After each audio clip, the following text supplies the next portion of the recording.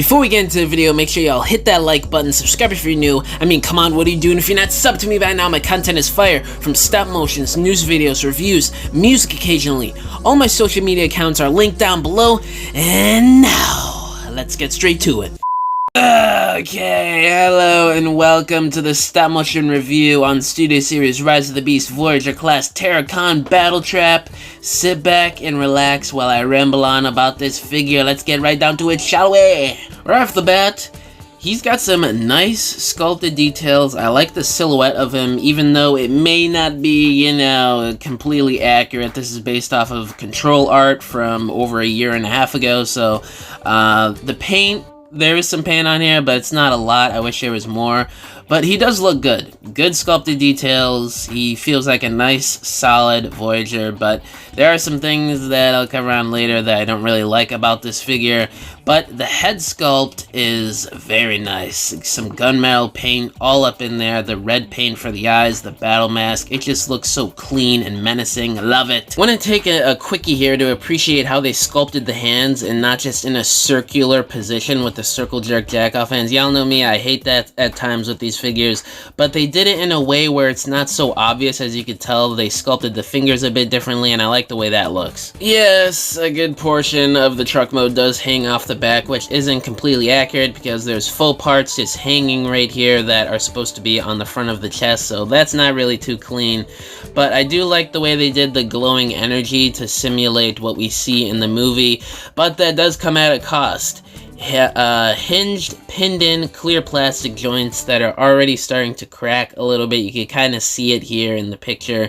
So yeah, that kind of does suck. The loose shoulder swivels, me no like. They came loose like this right out of the box. I've seen other people have this issue, so it seems like it's a fault in the designs. I don't know what happened with that, but I don't like that. The wrecking ball is pretty cool. It's got some nice silver paint and sculpted details with like some chainmail all around it. Would have been nice if it came with an actual chain like what we see in the movie, so we could swing it around, and what we see on the packaging even. So yeah, I don't like that it doesn't come with a chain, but it does open up.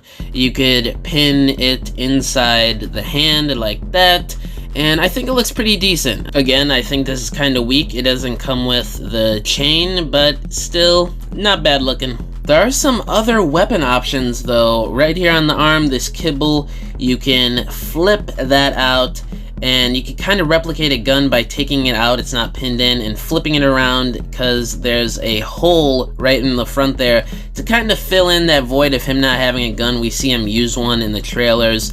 It is blast effect compatible. You can plug some stuff in there, so I don't know if this was intentional or not, but that kind of does fill the void, and it doesn't look too bad either, but it isn't accurate, so it's a bit of a give and take, you know. But you can flip them out also to have them as like these handheld type weapons with like hooks on the end of them, which looks kind of cool too, so not too bad for weapon options. Now for some size comparisons, here he is next to his leader, Scourge, and I think this looks pretty decent. I don't know how the height is exactly in the movie, because we obviously haven't seen it yet, but this ain't too shabby so far.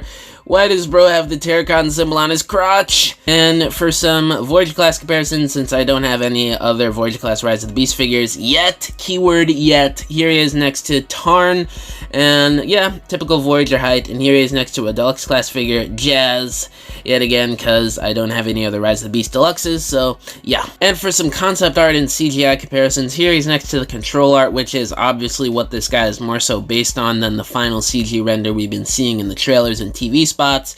And yeah, he's skinnier and lankier than what we get in the movie, but accidentally, because of how this guy transforms, the upper body is more accurate to what we see in the movie than this control art. He's a lot more bulkier and chubbier, so that was kind of done by accident because of how it transforms. And here he is next to the actual CG model, and you can see what I'm saying.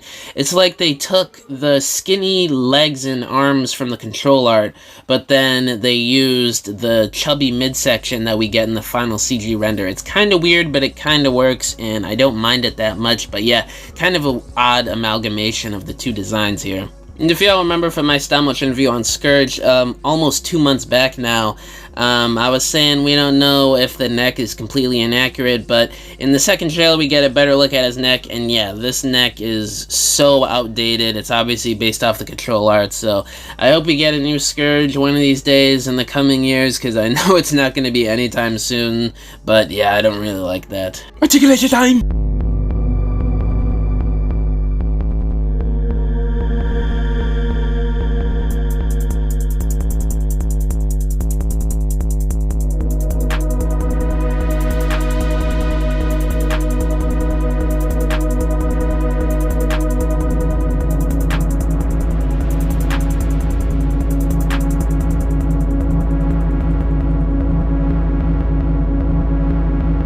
I'd say the articulation on this figure was handled really well. I'm digging a lot of the joints on this thing.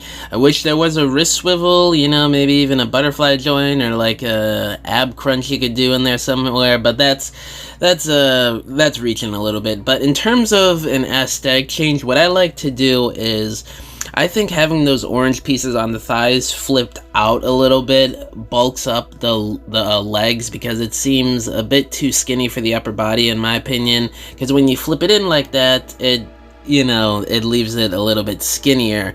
So I just think that little change improves the lower legs a little bit, or maybe I'm just crazy, I don't know, but I just prefer it. Transmission time!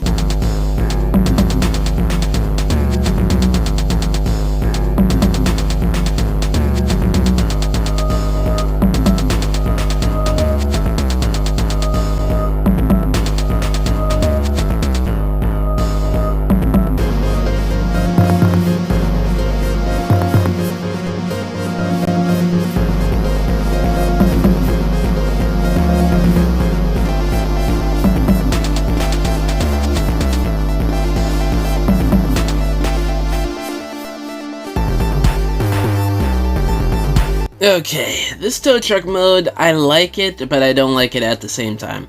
It's decent, it gets the job done, but there's issues with it, QC, design choices, tolerance issues that are just so trash on this vehicle mode. Like, look at the hands and arms just sticking out the back like Scourge. It seems like the trucks in the Rise of the Beast Studio Series line have terrible back sections. Scourge, the new Optimus Prime, and this BATTLETRAP. I don't know what's going on, but they gotta fix how they engineer the back of trucks with this toy line. And would you look at that? The section where you connect the windows to the doors doesn't even tab in right. It just keeps popping out, and you're left with this result right here.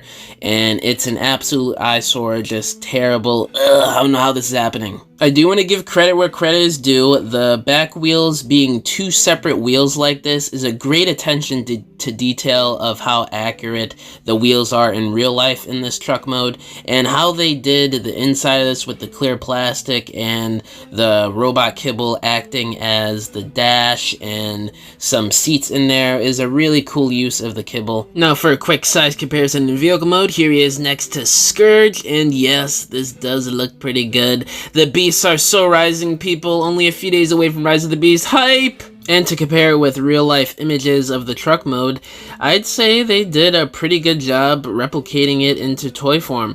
You know, the arms sticking out in the back there is probably the most glaring issue, along with the peg not tabbing in correctly. But other than that, it's pretty close to what we see in real life. Alrighty, my final thoughts on the Beasts of Rising BATTLETRAP right here. I gotta say, it's a decent Voyager. It holds up pretty well. I'd say the biggest issue with this is the accessories are a tad bit lacking, I have to say. The Wrecking Ball not having its whip with it is a bit underwhelming. Him not having a gun really sucks, unless if you use the tow truck parts like I showed. The vehicle mode not tabbing in good, the hands sticking out in vehicle mode. It's just, it feels a bit unfinished in areas, and I think he could really benefit from a wrist swivel in certain poses, and him not being accurate to the CG model is a bit annoying at times, especially when you're posing him around and you're looking at images and you're like, oh, why does he look like this? But And the faux truck parts hanging off behind him in robot mode is just... it kind of looks ugly in some angles, especially when you're posing it around and you're like, oh, the truck parts are on his chest, but they're also behind him. Why does it look like that? I'd say he's decent, nothing too crazy. If you want to pick him up because you're hyped for Rise of the Beast, or you really love the movie, if you're watching this after the movies come out, go ahead, get him. He's not bad by any means, just nothing blowing me out of the water here. So, yeah, he's decent, not too shabby. Thank you guys for watching this stop motion review. I'll catch y'all in the next video. Bye! Maybe wondering what my next stop motion review will be, and, yeah, I have no idea. We'll see what comes out. We'll see what I choose to review from figures that I already have. I'm kind of like Lorenzo right now, and I have no idea what I plan to do. So, yeah, well, I'm gonna go now.